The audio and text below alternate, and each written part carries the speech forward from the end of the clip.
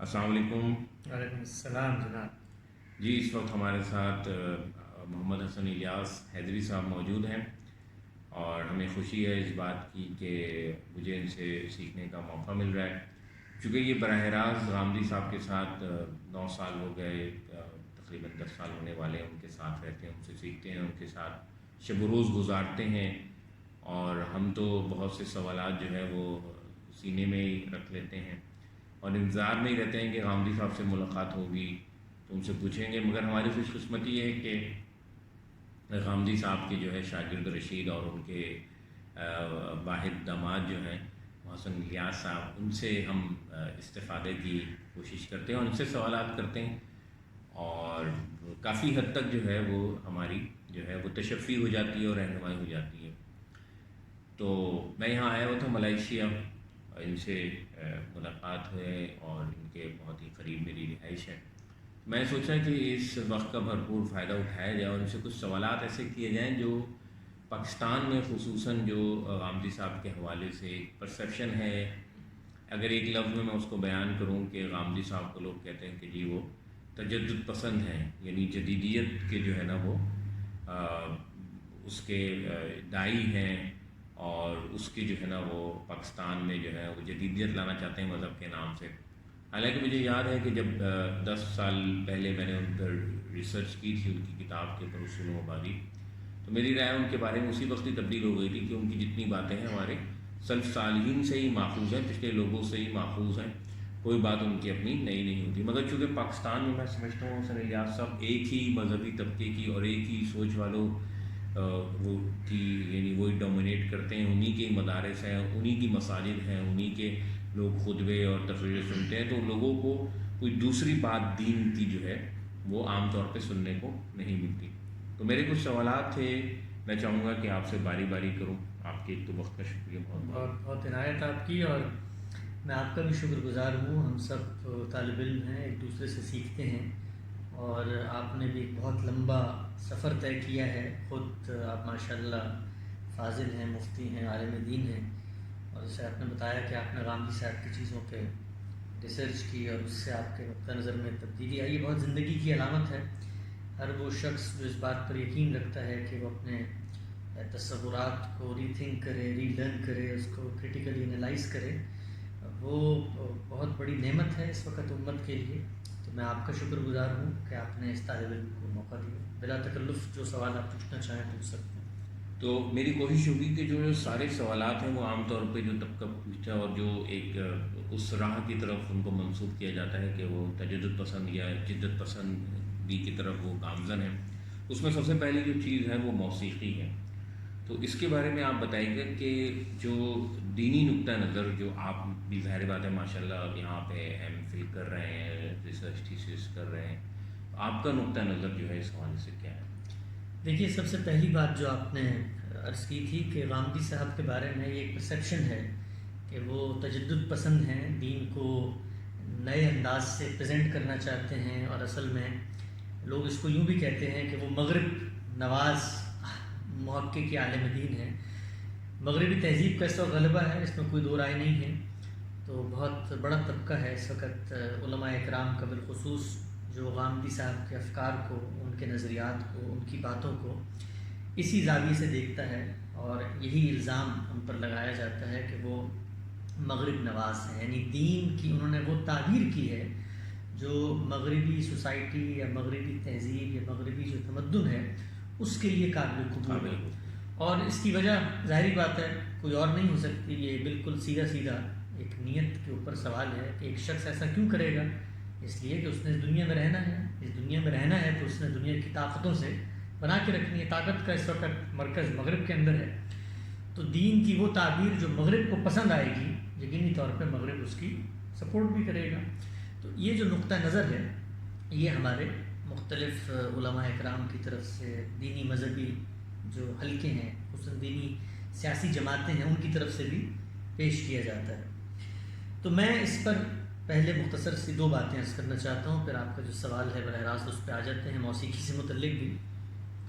دیکھیے، یہ بات یاد رکھیں کہ غامدی صاحب نے جو کام کیا ہے وہ کام اس نوعیت کا ہے کہ اس کے نتیجے میں اس طرح کا پروپیگنڈا یا اس طرح کے الزامات یہ کوئی بڑی چیز نہیں ہے. یعنی ہم لوگ جن لوگوں نے ایک روایتی تعبیر دین کی آغوش میں آنکھ کھولی ہے، اسی کو درست سمجھا ہے، وہیں پر برسوں گزارے ہیں، اس کو پڑھا ہے، اس کی ترویج تبلیغ کی ہے، اس کے بعد جس وقت ہم نے غامدی صاحب کے افکار کا مطالعہ کیا ہے تو ہم پر یہ بات بالکل واضح ہے کہ غامدی صاحب نے اصل میں قائم شدہ تصورات جو امت کے اندر ایک بہت لمبے عرصے تک پریویل کرتے رہے ہیں، ڈومینیٹ کرتے رہے ہیں، ان کو چیلنج کر دیا ہے.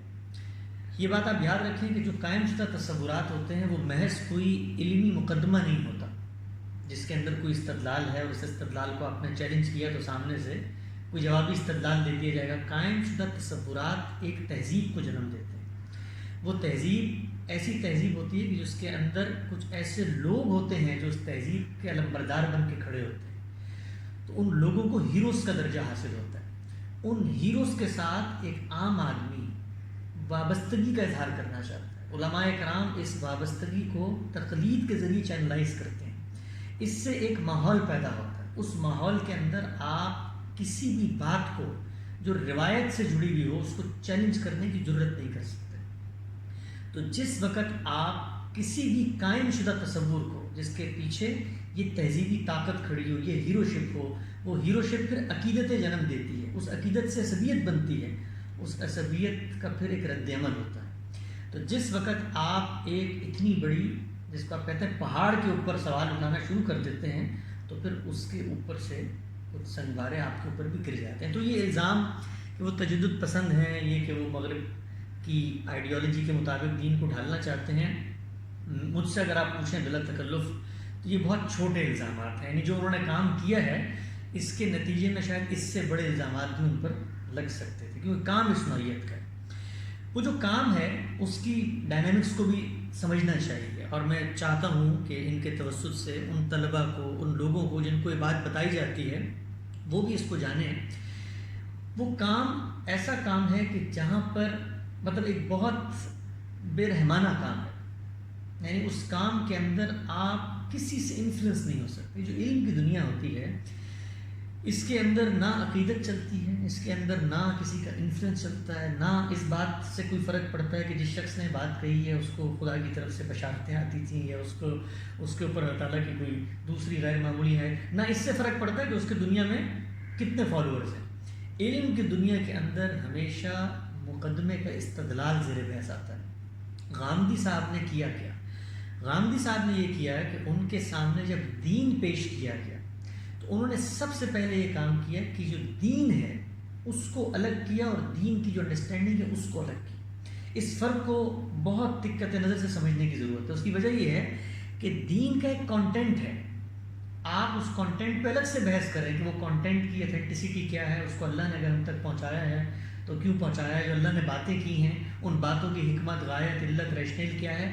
لیکن جو اس کی انڈرسٹینڈنگ ہے اس کو الگ کر دیں تو یہ ایک بڑا فرق آ جائے گا کہ ایک ہے انسانی کام اور ایک ہے خدا کا الہام، خدا کی وحی، خدا کی گفتگو. تو غامدی صاحب نے سب سے پہلے ان کو الگ کیا. اب جیسے ہی الگ کیا تو آپ جانتے ہیں کہ جب یہ کام کیا جائے گا تو بہت سارے ایسے کام جو پبلک کے اندر دین کے نام سے مشہور ہوں گے وہ الگ ہو کے انسانی فکر کے ہیڈ کے اندر چلے جائیں گے. تو یہ کام تھا جس سے انہوں نے مذہب پر غور و فکر کا آغاز کیا، انسانی فکر کو الگ کیا اور دین کے اصل سورسز کو الگ کیا.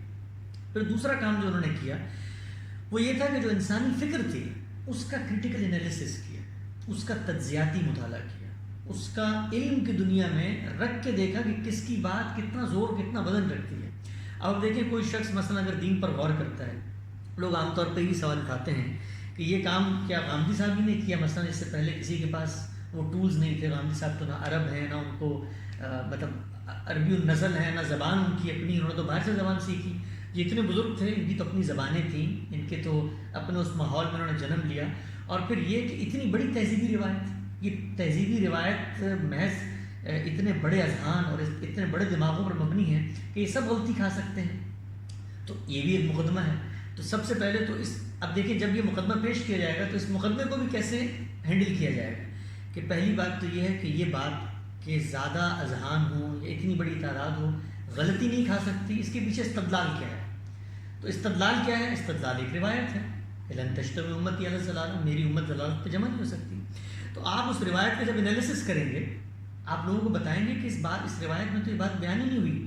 اس روایت میں تو بیان ہوا کہ امت ضلالت پہ جمع نہیں ہو سکتی. یہ کہاں کہا علمیہ نے کہ امت غلطی نہیں کھا سکتی؟ اور کہا لن تجتمع امتی علی الضلالہ، میری امت کے سارے لوگ ضلالت پہ جمع نہیں ہوں گے.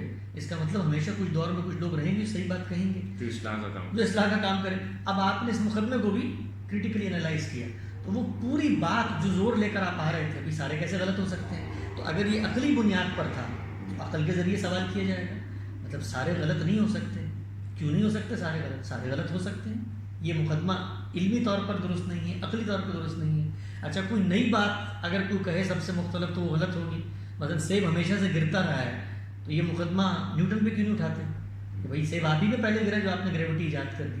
تو مقدمے کا ہمیشہ استدلال سامنے آتا ہے. تو غامدی صاحب نے پوری دینی فکر، جس کو روایتی دینی فکر کہا جاتا ہے، اس کا کریٹیکل انالیسس کیا، تجزیاتی مطالعہ کیا، اور پھر کر کے لوگوں کے سامنے رکھ دیا کہ بھائی یہ دین ہے، یہ دین نہیں ہے، اور یہ ان کی انڈرسٹینڈنگ ہے. اس کے نتیجے میں کچھ چیزیں ہیں جو لوگوں کے سامنے، یہ نتائج فکر ہیں. اور نتائج فکر کبھی اہم نہیں ہوتے. ہمیشہ نظر اس بات پہ رکھنی چاہیے کہ ایک آدمی نے کس پروسیس کے ذریعے اس نتیجے تک وہ پہنچا ہے. اس سوال پہ میں آتا ہوں آپ کے ایک تمہیدی بات اس سے پہلے کہ غامدی صاحب نے آج تک جو کچھ کہا ہے، یعنی ان کی زبان سے جو کچھ نکلا ہے، ان کی قلم سے جو کچھ نکلا ہے، وہ سب چھپا ہوا ہے. چھپا ہوا نہیں ہے، چھپا ہوا ہے. لوگ کہتے ہیں کہ بھائی مطلب غامدی صاحب کی آراء، غامدی صاحب کے متاثرین کی آراء، غامدی صاحب کی آراء سب کچھ لکھی ہوئی ہیں، وہ چھپی بھی نہیں ہے، چھپی بھی موجود ہے.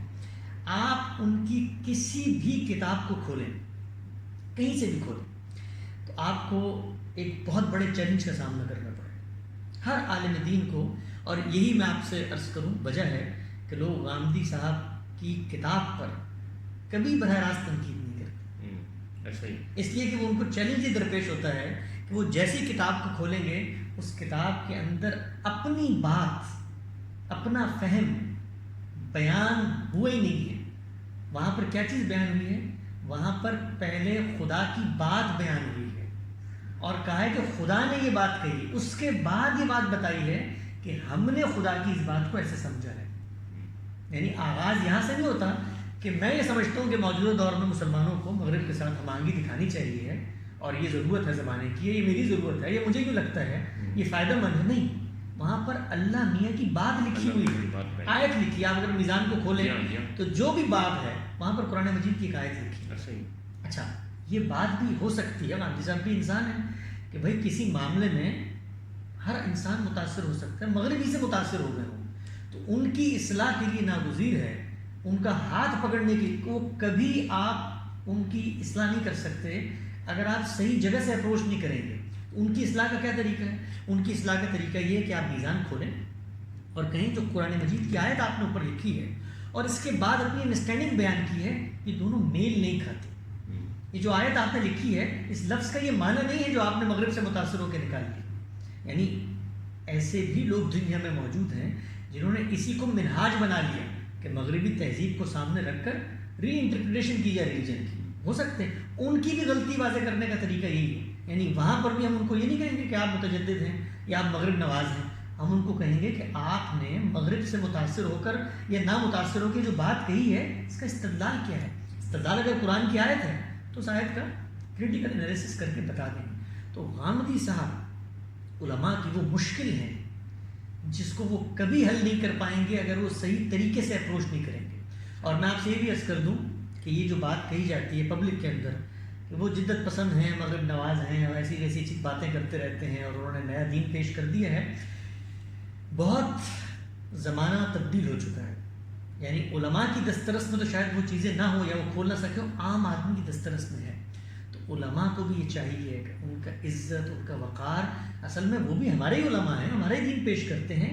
اس سے بڑھے گا اگر وہ ایک شخص کی علمی کنٹریبیوشن کو سنجیدگی سے، دیانتداری سے اپریشیٹ کریں اور اس طریقے سے تنقید کریں جس طریقے سے تنقید کا حق ہے. اب پہلے نقطے پر آ جاتے ہیں. آپ نے کہا موسیقی. بھائی موسیقی کے بارے میں، موسیقی کیا ہے اس کے بارے میں آپ دین کے پاس گئے یہ مقدمہ لے کے. آپ کو دین نے بتانا ہے کہ حرام ہے کہ حلال ہے، ایسے ہی ہوگا.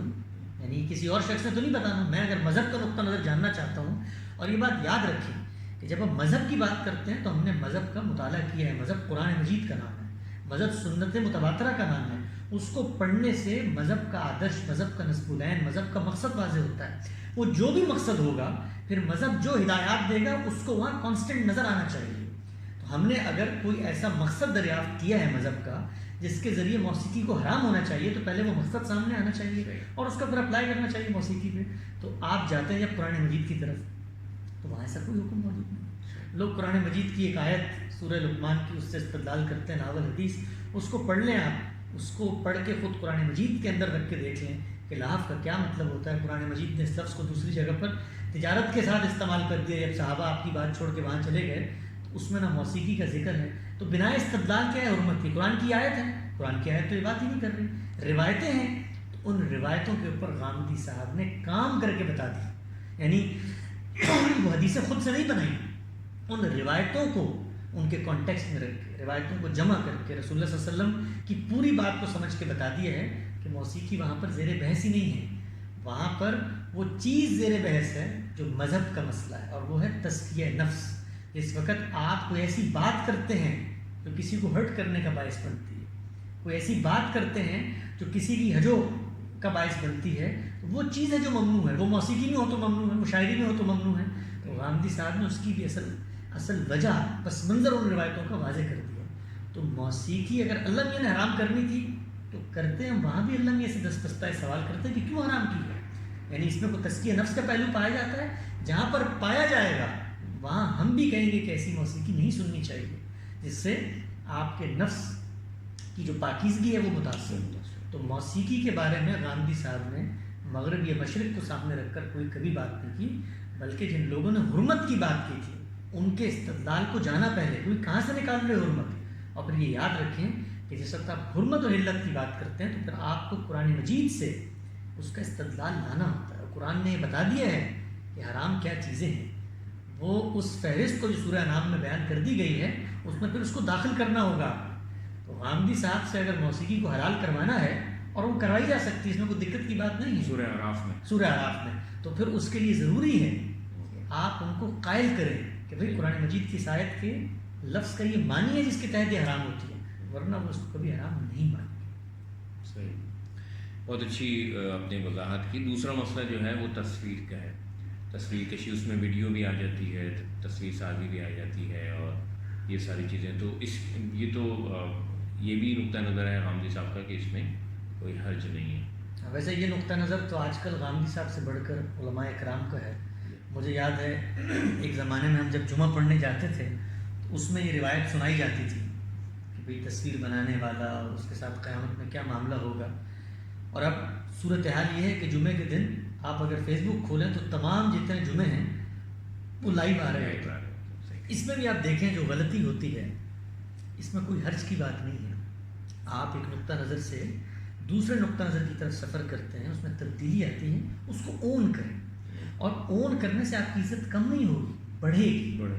لوگ کہیں گے کہ بھئی ایک زندہ دل لوگ ہیں, ایک چیز تو غور کرتے ہیں, انہوں نے ایک نقطہ نظر کو اپنایا علماء کرام. لیکن جب آپ اس کو اس طریقے سے بیان کریں گے کہ نہیں تصویر اصلاً تو حرام ہے, لیکن یہ جو ٹی وی پہ آتی ہے, یہ جو کیمرے پہ آتی ہے, یہ جو مباشر اور لائیو ہوتی ہے, یہ تو اصل میں سائے کے حکم میں ہے. سایہ تو حرام نہیں ہے, عکس کے حکم میں. میں نے ایک بہت بڑے عالم دین جس وقت جو ہمارا روایتی نقطہ نظر ہے اس کو ریپرزینٹ کرتے ہیں, ان کی لکھی ہوئی ایک چیز پڑھی ایک رسالے میں. ان سے کسی نے سوال کیا, ان سے کسی نے کہا کہ جی آپ لوگ تصویر کے بارے میں پہلے ایک نقطہ نظر رکھتے تھے, تبدیل ہو گیا, مان لیا, اس کا آپ کا استدلال یہ ہے کہ جو لائیو ٹرانسمیشن ہوتی ہے یہ سائے کے حکم میں ہے, اور سایہ تو ممنوع نہیں ہے, تصویر حرام ہے جو ہاتھ سے بنائی جاتی ہے. تو میرا سوال یہ ہے کہ جو لائیو ٹرانسمیشن ہوتی ہے اس میں بھی ڈیلے آتا ہے, سائے میں تو کوئی ڈیلے نہیں ہوتا. یعنی پہلے اپروچ غلط اپروچ ہوگی تو پھر سریا تک دیوار ٹیڑھی ہی بنے گی. تو اس پر سوال کیا گیا, تو آپ سنیں اس کا جواب کیا دیا انہوں نے. اس کا جواب انہوں نے یہ دیا کہ آپ کراچی سے حیدرآباد تک آئینے لگائیں آمنے سامنے, تو آپ کراچی میں ہاتھ ہلائیں گے تو حیدرآباد میں ہلنے میں ٹائم تو لگے گا نا, تو اس لیے مباشر جائز ہے. حالانکہ اگر آپ غور کریں اسپیڈ آف لائٹ ہے اس کے تحت یہ سنت بھی نہیں ہوگی. لیکن پرابلم کیا ہے؟ پرابلم وہی ہے کہ آپ نے قائم شدہ تصور کو جس وقت ریویو کیا تو آپ کو یہ کہنا پڑے گا کہ ہمارے بزرگوں کی یہ بات درست نہیں تھی، یہ ماننا پڑے گا۔ تو غامدی صاحب نے کیا کیا، تصویر اور یہ انسانیت کا شرف ہے، انسانیت کا شرف۔ اور میں سمجھتا ہوں میرے استاد ہیں جنہوں نے ٹی وی اور عذاب قبر جیسی کتابیں لکھی ہیں، تو ان کی یہ اس مسئلے سے رجوع کرنا اور واپس لینا اس کو، اور اپنی غلطی کو واضح کرنا، اس کا اعتراف کرنا ایک بہت بڑی چیز ہے۔ ان کے تو مریدین ہیں ہزاروں کی تعداد۔ آپ یہ دیکھیں کہ جو لوگ دیکھ رہے ہوتے ہیں ہمارے علماء کو، ہمارے بزرگ ہیں، ہمارے محبوب ہیں، ہماری اس دھرتی سے اٹھے ہوئے ہیں، اپنے زندگی کے ایمز اور مشنز کو چھوڑ کے اللہ کے دین کی خدمت میں لگے ہوئے ہیں، جب وہ اس طریقے سے بیہیو کرتے ہیں، عام آدمی کیا سوچتا ہے اگر تصور کریں؟ وہ کہتا ہے کہ انہوں نے ایک چیز حرام کی۔ مجھے یاد ہے، میں آج تک اس واقعے کو نہیں بھولتا، میں اپنے مدرسے کے دارالافتاء میں کسی سلسلے میں بیٹھا ہوا تھا، تو ایک صاحب آئے اور انہوں نے آ کر ایک مفتی صاحب کے اوپر چیخنا شروع کر دیا۔ اچھا۔ اور انہوں نے ان سے کہا کہ حضرت، اسی دارالافتاء سے میں نے یہ فتویٰ لیا تھا کہ میری بیوی جو ہے وہ ٹی وی دیکھتی ہے، تو ہمیں یہ کہا گیا تھا کہ وہ کبیرہ گناہ کا ارتکاب کر رہی ہے، اور اگر وہ نہیں مانتی تو آپ بھی گناہ کا ارتکاب کر رہے ہیں اس کو ساتھ رکھ کے۔ تو اس نے یہ دردمندی سے پوچھا، ہم لوگوں نے اپنی بیویاں تک چھوڑ دی اور آج آپ ٹی وی پر آ کر بے تکلف بیٹھے ہوتے ہیں اور کہتے ہیں کہ تصویر میں کوئی مسئلہ نہیں، اور یہ سایہ ہے، اس طرح کی چیزیں۔ یہ وہ پرسیپشن ہے جو عام آدمی کے دل میں علماء کے بارے میں۔ آپ اگر غور کریں، یہ جو لوگ مذہب سے برانگیختہ ہوتے ہیں، آپ ذرا ان سے ملیں، ان کے پاس بیٹھیں، وہ کچھ بھی نہیں ہوتا، ان کا استدلال کچھ بھی نہیں ہوتا، ان کا صرف اور صرف شکایت اس رویے سے ہوتی ہے کہ یہ رویہ کیا رویہ، اور وہ اس رویے کو دین کا رویہ سمجھ لیتے ہیں، کیا دین ہی پورا ایسے ہے۔ صحیح ہے۔ تو ہمارے علماء کرام جو ہیں ان کو ہم اسی چیز کی دعوت دیتے ہیں کہ دیکھیے آپ نے ایک روایت سے ایک مفہوم اخذ کیا، ہم بھی ایک مفہوم اخذ کرتے ہیں، انسانی کام کر رہے ہیں، آئیں اس کو سمجھیں، بیٹھیں، نتیجے پہ آپ بھی وہیں پہنچ گئے ہیں، لیکن ہمیں نتیجے سے کوئی غرض نہیں۔ ہمارے نزدیک تصویر حرام ہوتی تو پوری زندگی نہ کھنچوائی جاتی، کوئی فرق ہی نہ پڑتا۔ بلکہ میں آپ کو ذاتی طور پہ بات شیئر کرتا ہوں کہ غامدی صاحب ایک لمبے عرصے تک خود اسی روایتی تعبیر دین کے قائل رہے، آپ جانتے ہیں۔ اور میں یہ اپنی ذاتی معلومات کی بنیاد پر عرض کر رہا ہوں کہ ان کا جب نکاح ہوا، یعنی ان کی جو شادی کا موقع تھا، اس موقع پہ جو چند شرائط رکھی گئی تھیں ان میں سے یہ شرط تھی کہ تصویر کوئی نہیں کھینچے گا، اس لیے کہ وہ اسی نقطہ نظر کے حامی تھے، اسی نقطہ نظر کو درست سمجھتے تھے، جس بات کو وہ جس وقت درست سمجھتے تھے اس بات کو اس وقت بیان کرتے تھے۔ لیکن جس وقت انہوں نے اس نقطہ نظر کا جائزہ لیا، کریٹیکلی اس کو انالائز کیا، تو معلوم ہوا کہ بھئی قرآن مجید کے اندر تو خود زیر بحث ہیں، یہ تو تماثیل بنائی گئی، انبیاء نے بنائی، سیدنا داؤد کے بارے میں بیان کر دیا گیا، اور جو روایتیں ہیں ان کو جب ہم نے جمع کیا، ان پر غور کیا، وہ سب کام لکھا ہوا موجود ہے، اور ہم نے اس کو بتا دیا کہ یہاں پر کیا چیز زیر بحث ہے۔ یعنی وہ مشرکانہ تصورات ہیں جو تصویروں کی صورت میں مجسم ہوتے تھے۔ ظاہری بات ہے، آپ اگر شرک کرتے ہیں تو بت آپ کے پاس پڑا ہوا بت نہیں، تو آپ تصویر بنائیں گے، اس سے ریلیٹ کریں گے، اس کے بارے میں ممانعت آئی ہے، اس کا عام تصویر سے کوئی لینا دینا ہی نہیں۔ لوگ استدلال کرتے ہیں کہ یہ اللہ کی صفت خلاقیت میں شرکت ہے، کہ اللہ نہیں اصل میں مصور ہے۔ آپ بھی جب تصویر بناتے ہیں تو گویا آپ بھی خدا ہونے کا دعویٰ کرتے ہیں۔ میں علماء سے پوچھتا ہوں، یہ اس وقت آپ تصویر کھنچواتے ہیں تو نعوذ باللہ کیا وہم و گمان میں بھی یہ ہوتا ہے کہ ہم خدا بننے جا رہے ہیں تصویر کھنچواتے ہیں؟ کہاں خدا کی تخلیق؟ اور پھر کہا جاتا ہے کہ تصویر تو جاندار کی حرام ہے، بے جان کی بنائی جا سکتی ہے، کیوں بے جان چیزوں کو اللہ تعالیٰ نے تخلیق نہیں کیا، کیا اس کا خالق نہیں؟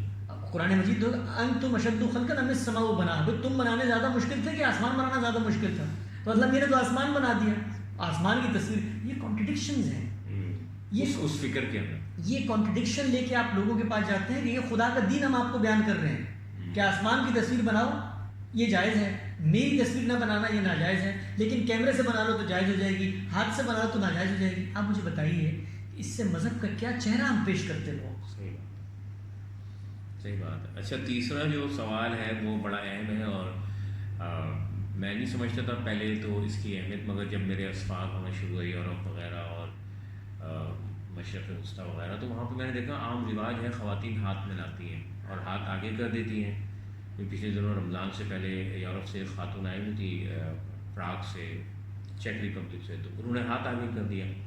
اب ہاتھ آگے کرنا وہ تو ان کا مانا ہے، ہمارا رد عمل اگر ہم ہاتھ نہ ملائیں تو وہ ان کے بینرز کے خلاف ہے، وہاں پہ گفتگو کا آغاز صحیح طرح نہیں ہو سکتا کہ اس شخص کو تو بیسک نہیں پتہ تو وہ یہ کہتے ہیں کہ ہاتھ بھی ملایا جا سکتا ہے خواتین سے، نامحرم عورتوں سے، تو اس بارے میں آپ کیا وضاحت فرمائیں گے؟ دیکھیے، ہر چیز کو ایک کانٹیکسٹ میں رکھ کر اگر آپ سمجھیں تو بات بالکل واضح ہے. یعنی گاندھی صاحب کی زندگی کے مشن میں سے کوئی مشن نہیں ہے کہ مسلمانوں کو ہاتھ غیر مسلموں کے ساتھ یا خواتین کے ساتھ ملوایا جائے. یعنی وہ خود بھی یہ بات پسند نہیں کرتے اصلا. میں ان کے ساتھ رہتا ہوں، نہ ان کی زندگی کا کوئی ہدف ہے، نہ ان کی مطلب ان کا کوئی کنسرن ہے اس بات سے.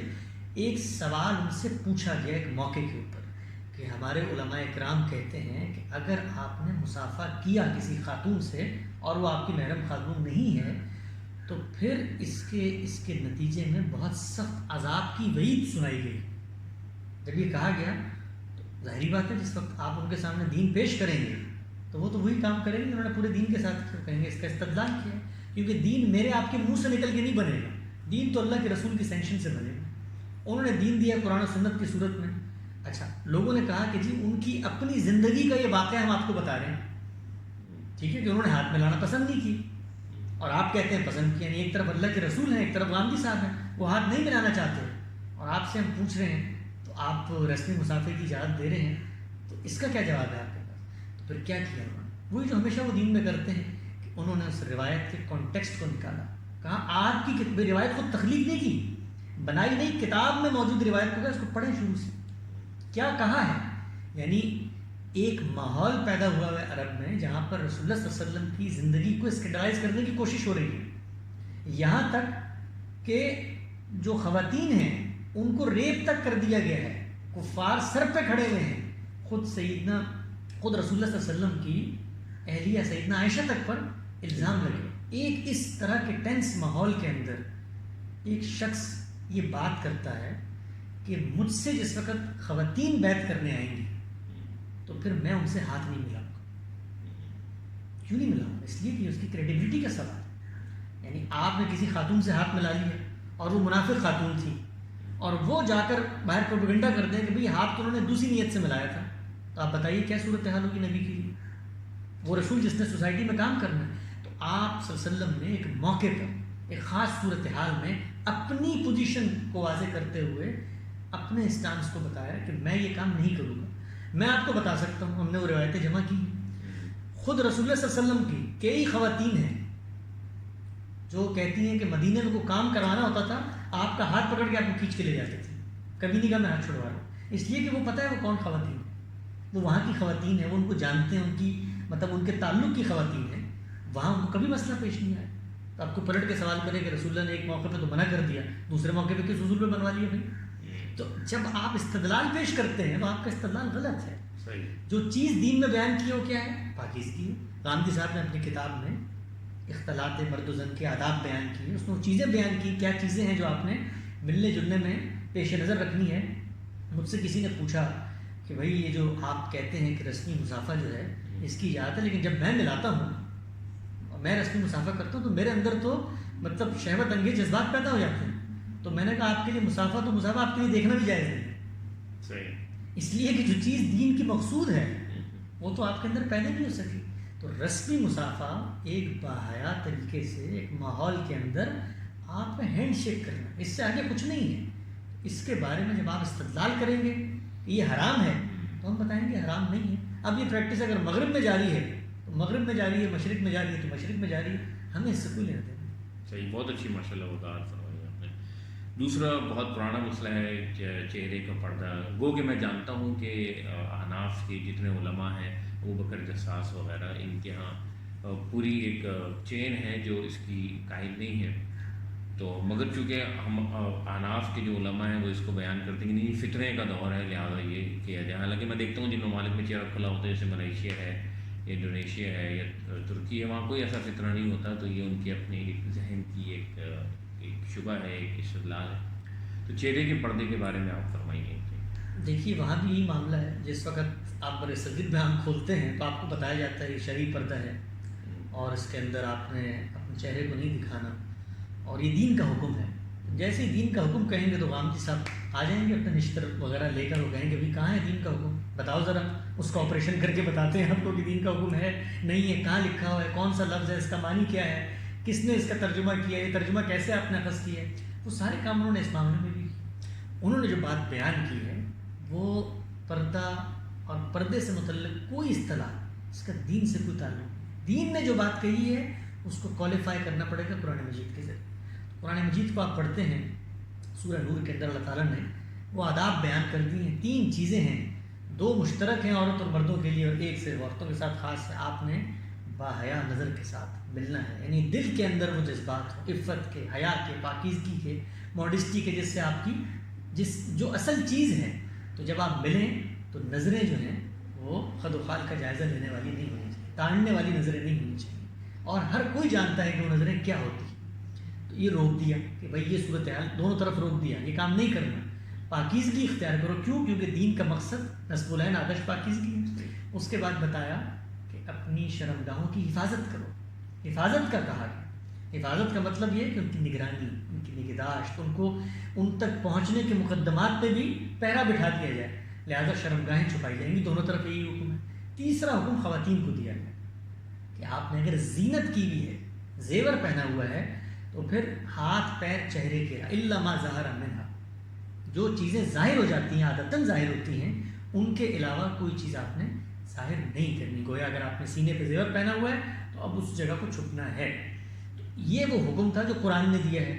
اس میں چہرے کا پردہ ڈال کے دکھائیں، جو اس میں چہرے کا پردہ ڈالنا چاہتا ہے وہ اس آیت میں ڈالے گا، اور کہیں نہیں ڈال سکتا۔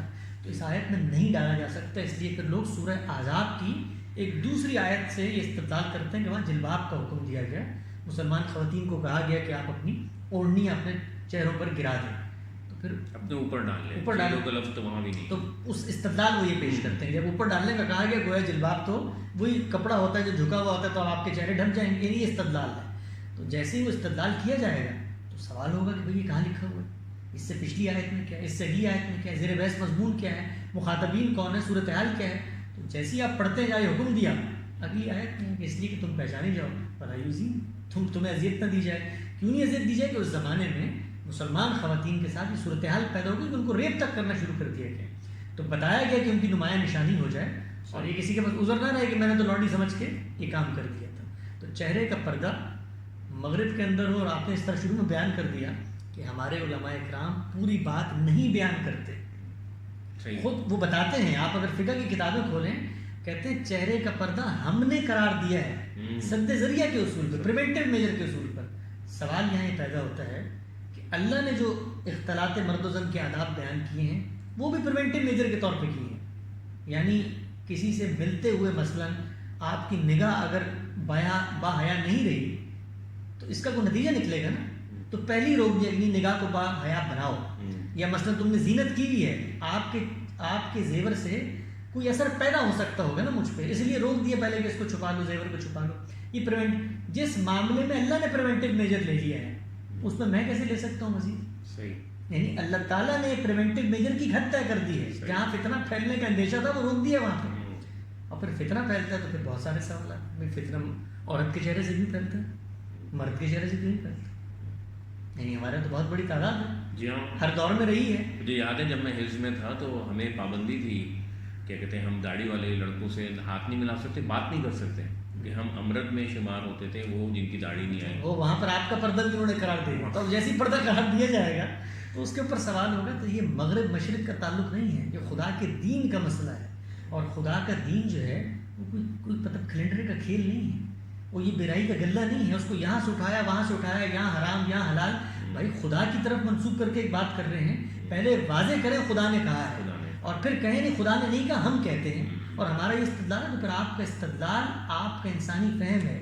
میں انسانی سطح پر آ کے آپ سے بات کروں گا، آپ خدا کے نمائندے نہ بنیں۔ صحیح۔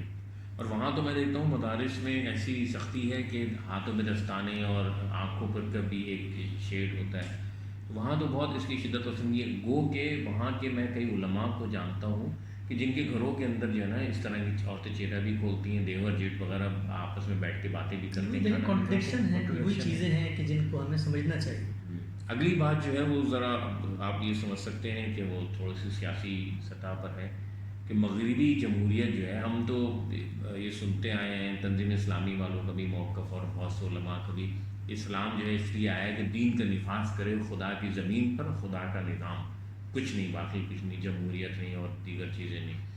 تو غامدی صاحب کہتے ہیں کہ جمہوریت جو ہے وہ عین اسلام ہے، اور جمہوریت جو ہماری آئی ہے وہ مغرب سے آئی ہے. تو اس بارے میں آپ کی کیا رائے؟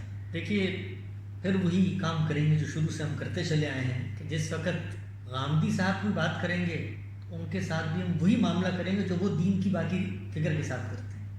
غامدی صاحب نے اگر یہ بات کی ہے تو اس کا ایک استدلال پیش کیا ہے. اگر ان کا استدلال قرآن و سنت پر مبنی ہے تو پھر ہم غامدی صاحب کو 2 منٹ کے لیے ایک طرف رکھ دیں گے اور یہ کہیں گے کہ بھئی اس استدلال پہ براہ راست غور کر کے پہلے ہم اپنے آپ کو واضح کر لیں کہ ہماری فکر وہ تو نہیں ہے جو غامدی صاحب نے عکس کی ہے. اگر وہ نہیں ہے تو پھر ہمارا ان کا اختلاف واضح ہو کے سامنے آئے گا. تو ہمارے علماء کرام غامدی صاحب اس وقت یہ کہتے ہیں کہ بھائی 3 ہی طریقے ہیں نا جس سے آپ کسی سوسائٹی کے اندر نظم اجتماعی کے حکمران بن سکتے ہیں. وہ 3 پاسبلٹیز کیا کیا ہیں؟ یہ عقلی مقدمہ ہے. وہ یہ ہے کہ اللہ مقرر کر سکتا ہے نا اللہ کسی کو. دوسرا یہ ہے کہ طاقت کے زور پر آپ حکومت سنبھال لیں. بہت عرصے تک دنیا بھر میں یہی طریقہ رہا. وہ مسلمان ہوں وہ غیر مسلم ہو سبھی کرتے رہے. ٹھیک ہے. تو تیسری صورت کیا ہے؟ تیسری صورت یہ ہے کہ جو لوگ اس نظم سوسائٹی میں موجود ہیں وہ یہ فیصلہ کریں کہ ہمارا حکمران کون ہو. یہ 3 صورتیں ہیں. علماء کرام اس میں واضح کریں. اگر اللہ نے حکم دیا ہے کہ وہ منتخب کرے گا تو قرآن مجید کی وہ آیت لے کر آئیں جس میں اللہ نے بتایا ہو کہ میں منتخب کروں گا اور اس کا کرائٹیریا کیا ہے، وہ کیسے اعلان کرے گا، اس کا پورا میکینزم ان کو بیان کرنا چاہیے. اگر یہ نہیں ہے تو دوسری صورت وہ بتائیں قرآن و سنت سے کہ اللہ میاں نے حکم دیا ہے کہ طاقت کے ذریعے تم حکمران بنو گے. یہاں پر ایک بات یاد رکھیں کہ یہ زیر بحث نہیں ہے ابھی کہ دنیا بھر میں اسلام کی حکومت ہونی چاہیے کہ نہیں. یہ الگ مقدمہ ہے. گفتگو اس پر ہو رہی ہے کہ وہ جو حکومت قائم کرنی وہ کرنی کس نے ہے، وہ شخص کون ہوگا. تو یہ بیان کریں قرآن مجید سے کہ اللہ میاں نے کہا ہے کہ بھائی مثلا طاقت کے زور پہ جو شخص آ جائے گا اس کو حکمران. آپ جیسے ہی اس استدلال میں فقہا کی بات لائیں گے تو میں آپ کا ہاتھ پکڑ لوں گا. آپ جیسے ہی کہیں گے شاہ ولی اللہ نے یہ لکھا ہے کہ اس وقت دین کے جو اجتماعی امور ہیں وہ پورے ہو جائیں تو حکمران بالکل ٹھیک ہو جاتا ہے، میں آپ کا ہاتھ پکڑ لوں گا. میں کہوں گا نہیں، میں آپ سے اللہ کی بات پوچھ رہا ہوں. اللہ کی بات بتائیے، وہ آیت پر انگلی رکھیے، وہ لفظ بتائیے جہاں اللہ میاں نے کہا ہو کہ طاقت کے ضرب پہ حکمران بن جاؤ تو تم دینی اسلامی حکمران ہو گے. کوئی ایسی آیت؟ جو تیسری چیز ہے جس کی طرف غامدی صاحب نے توجہ دلائی وہ کیا ہے؟ امرہم شورا بینہم. یہ قرآن مجید کی آیت ابھی مسلمانوں کا نظم اجتماعی ان کے باہمی مشورے پر مشتمل ہوگا. تو اس سے کیا رہنمائی ملتی ہے؟ اس سے رہنمائی ہی ملتی ہے کہ حکمران کون بنے گا جس کو عوام حکمران بنائے گا. اب بنانے کے جو میکینزم ہیں، بنانے کے جو طریقے ہیں، وہ الیکشن کے ذریعے ہو سکتا ہے، وہ الیکشن میں صدارتی نظام ہو سکتا ہے، وہ پارلیمانی نظام ہو سکتا ہے، وہ BCO نظام ہو سکتے ہیں. ایک وربلی مشورہ ہوتا ہے، ایک ریٹرن. تو یہ وہ تدبیر ہے، تدبیر ہے. اس کا اس سے کوئی تعلق نہیں ہے. وہ مغرب کے اندر اگر کوئی چیز تیار ہو کے آ چکی ہے تو مغرب کے اندر کوئی چیز آنے کا مطلب یہ نہیں ہے کہ مغرب کے اندر جو چیز پیدا ہوگی وہ چونکہ غیر مسلموں نے پیدا کی ہے تو وہ اس کو آپ قبول نہیں کر سکتے. اس کو بھی قبول کریں گے، اور اگر انہوں نے کوئی خدمت کی ہے تو ان کے شکریہ کے ساتھ قبول کریں گے. اس لیے کہ دین کی ہدایت کیا ہے کہ جو انسانوں کا شکریہ ادا نہیں کرتا وہ اللہ کا بھی نہیں کرتا. تو مغرب نے اگر کسی چیز میں ہماری خدمت کی ہے تو ہم اس کا شکریہ کر کے اس کو قبول کریں گے، اکنالج کریں گے، اور دنیا میں اس کی ترویج کریں گے. کبھی مغرب کی اس بات کو مانو، کیونکہ بات مشرق و مغرب سے نہیں ہوتی، بات اپنی بنا استدلال سے ہوتی. صحیح. آپ کے پاس ٹائم ہے، ہم کچھ سوالات اور کر لیں؟ بس آخری مختصر آپ ریپڈ فائر کر سکتے ہیں. تو عورتوں کو نوکری کرنا، دیکھیے پھر وہی سوال ہے کہ عورتوں کو نوکری کرنے سے منع کرنے کی کوئی قرآن مجید کی آیت ہے؟ عورتیں نوکری میں کرتی کیا ہیں؟ مردوں سے اختلاط ہوتا ہے نا، اس سے علماء منع کرتے ہیں. تو مرد و زن کے اختلاط کے آداب بیان کر دی ہیں غامدی صاحب نے. غامدی صاحب نے یہ بات اپنے ایک مضمون میں بیان کی ہے کہ دیکھیے مغربی تہذیب جو ہے جس کے بارے میں آپ سارے سوالات کر رہے ہیں کہ شاید ان کی چیزوں کو اپنانے کے لیے یہ بنا دیا گیا ہے، اس میں اور ہماری جو ایک تہذیب بنتی ہے مذہب پر عمل کرنے سے، اس سے فرق کیا واضح ہوتا ہے؟ وہ فرق یہ ہے کہ ہم حفظ فروج کے معاملے میں حساس ہیں. ہم اس بارے میں ایک غیر معمولی حساسیت رکھتے ہیں کہ ہم پریونٹیو میجر کے طور پر بہت ساری چیزوں کو روک لیتے ہیں. ہمیں ہماری دین کی ہدایت ہے. اسی طرح ہم لوگوں کے اور رشتوں کے بارے میں حساس ہیں. یعنی ہمیں یہ پتہ ہے کہ بھائی حفظ فروج کے بعد آپ نے جو مرتبے ہیں، جو رشتے ہیں، ان میں کیسے بہیو کرنا. تو یہ ہمارا ان کا فرق ہے. ہم ان معاملوں میں حساسیت کا اظہار کرتے ہیں. اور یہ مغربی لباس پہننے کے معاملے میں مغربی اس میں بھی لباس، کوئی حرج نہیں؟ مغربی لباس مطلب پھر وہی سوال ہوگا کہ مغربی لباس ہوتا ہے، لباس کے اندر کچھ ایٹریبیوٹس ہوتے ہیں. صحیح. اگر وہ باحیا لباس نہیں ہے تو وہ مشرق کا ہو تب بھی قابل قبول نہیں ہے. صحیح. کہ آخر ساڑی خواتین پہنتی ہے نا مشرق کا ہے، میرے نزدیک وہ ایک بہت وہ باحیا لباس نہیں ہے، یہ ساتر لباس نہیں ہے. تو میری جو رائے ہے یہ مشرقی لباس کے خلاف نہیں، اس لباس کے اوپر صحیح، اس میں ماڈسٹی، یعنی اس پہ کوئی گفتگو کر سکتا ہے، کلام کر سکتا ہے. میں اپنا ذاتی رجحان بتا رہا ہوں. تو مغربی لباس یا مشرق، لوگ اس میں بالعموم ایک روایت پیش کرتے ہیں، من تشبہ بقوم فہو منہم. غامدی صاحب نے اس روایت پر کلام کر کے بتا دیا ہے کہ اس روایت کا یہ مطلب ہی نہیں ہے. وہ روایت خاص حالات میں، خاص پس منظر میں، اس روایت کا آغاز یہاں سے ہوتا ہے کہ جعل اللہ رزق تذل رمی. رسول اللہ صلی اللہ علیہ وسلم چونکہ رسول تھے نا، ان کو غلبہ دینا ہے اللہ نے، ان کی مدد ان پہ شامل ہے. تو اس کے نتیجے میں یہ کہا کہ اللہ نے تمہارا رزق تلواروں کے سائے میں رکھ دیا ہے. وجعل الصغار علی من خالف امری، ہر اس شخص کے لیے ذلت ہے جو آپ کے مخاطبین ہیں، جو آپ کی بات من تشبہ بقوم فہو نہ مانے. اب عذاب آ رہا ہے، جو ان کی مشابہت اختیار کرے گا انہی میں سے اٹھے گا، وہ حشر معہم، اس کا انجام بھی انہی کے ساتھ ہوگا. اس کا نہ پینٹ شرٹ سے تعلق ہے، نہ مغربی لباس سے تعلق ہے. لباس جو ہے وہ آپ کی روزمرہ اور معاشرت سے پیدا ہوتا ہے. آپ مجھے بتائیے، آپ سائیکل چلاتے ہیں، اکثر ہم دیکھ رہے ہوتے ہیں آپ کو، اور کام کرتے ہیں، ہائیکنگ کرتے ہیں. تو یہ ہائیکنگ کرتے ہوئے آپ کیا چیز دیکھ رہے ہوتے ہیں؟ بھائی کون سا لباس میرے لیے سوٹیبل ہے؟ صحیح بات ہے.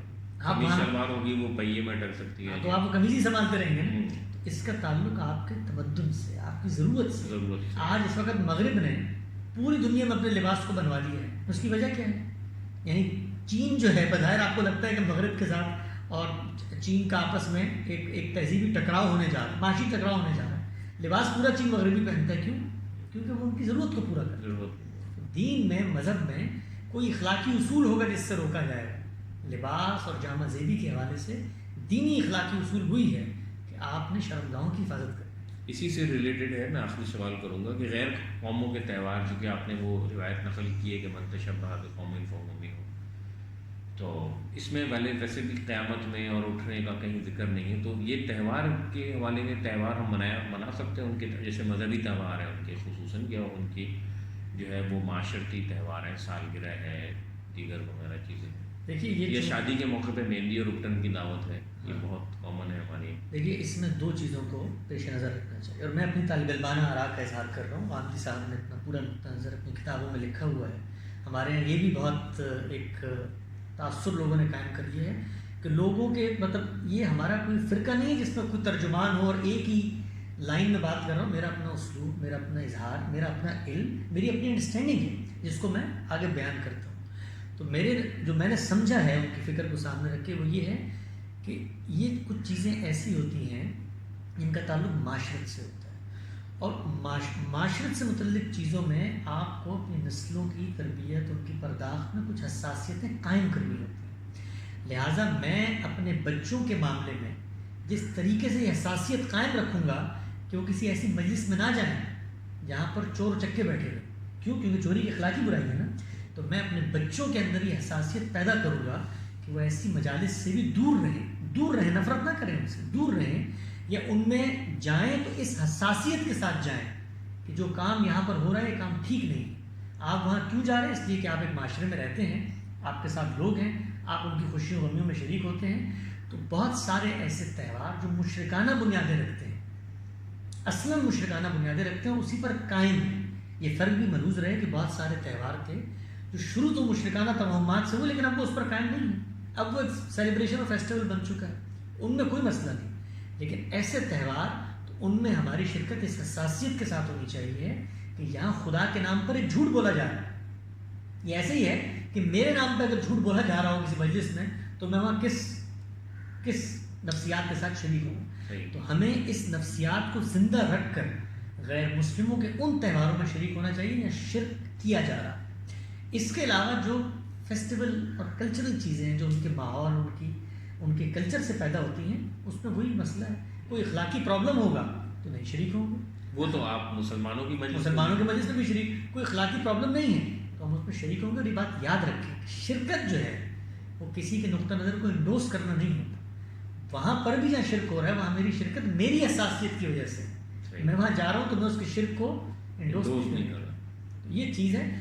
تو تو خلاصہ جو آپ کی گفتگو جہاں سے آپ نے آغاز کیا تھا کہ غامدی صاحب کے بارے میں یہ کہا جاتا ہے کہ بھئی وہ مغرب کے معاملے میں سوسائٹی کو یا مذہب کو مغرب کے قریب لے جانے کے لیے دین کی انٹرپریٹیشن کر رہے ہیں، تو آپ ان کا وہ مضمون پڑھیں، اس میں انہوں نے بیان کیا ہے حفظ جو مراتب ہے، حفظ فروج ہے، اور امر بالمعروف و نہی عن المنکر کے بارے میں جو ہماری حساسیت ہے وہ کس قدر مختلف ہے. اور یہ بھی یاد رکھیں کہ مغرب کا تجزیہ ہم گھروں میں بیٹھ کے نہیں کر سکتے. میں خود مغرب میں کوئی سبق گزار کے آیا تو مجھے اندازہ ہوا کہ مغرب کی بھی تصویر جو پیش کی جاتی ہے صحیح وہ بالکل ویسی نہیں ہے جیسی ہے. وہ لوگ پیش کرتے ہیں جو کبھی گئے نہیں ہیں یا جاتے ہیں تو اپنے حلقوں میں رہتے ہیں. اپنے حلقوں میں رہتے ہیں. آپ وہاں کی سوسائٹی میں جائیے، وہاں پر بھی آپ کو وہی آوازیں توانا اور بلند آوازیں ملیں گی جو خاندان اور پاکیزگی اور طہارت ان کی باتیں کرتی ہیں. آوازیں ہر جگہ ہوتی ہیں. مغرب کے اندر وہ چیزیں ایکسپوز ہو کے سامنے آ چکی ہیں، ہمارے اپنے معاشروں میں وہ چیزیں موجود ہیں. تو مغرب ہو یا مشرق ہو، اگر وہاں کوئی چیز غلط ہے تو یہ حساسیت پیدا کریں. ایک بتایا درد و سوز ہو، ہم نے ان کو جہنم کی آگ سے بچانا ہے. اگر وہ جانتے پوچھتے کو کام کر رہے ہیں تو ہم ان کو بتائیں، استدلال واضح کریں. اس کے پیچھے کوئی اخلاقی مقدمہ ہے تو اس کو واضح کریں. ان کو بتائیں کہ دیکھیں آپ یہ کام کر رہے ہیں ٹھیک، دعوت دیں ان کو. ہم دائی ہیں، ہم فیصلہ کرنے نہیں آئے. غامدی صاحب کیا کہتے ہیں، بڑا اچھا ان کا فکرہ ہے، اور اس فکرے کو لوگوں کو اپنے سراہنے پہ لکھ کے سونا چاہیے اور روز اس کو پڑھنا چاہیے کہ میں لوگوں تک بات پہنچانے آیا ہوں، منوانے نہیں. سبحان اللہ، کیا بات ہے جی. جزاک اللہ جی، بہت بہت شکریہ. بہت شکریہ آپ کی عنایت.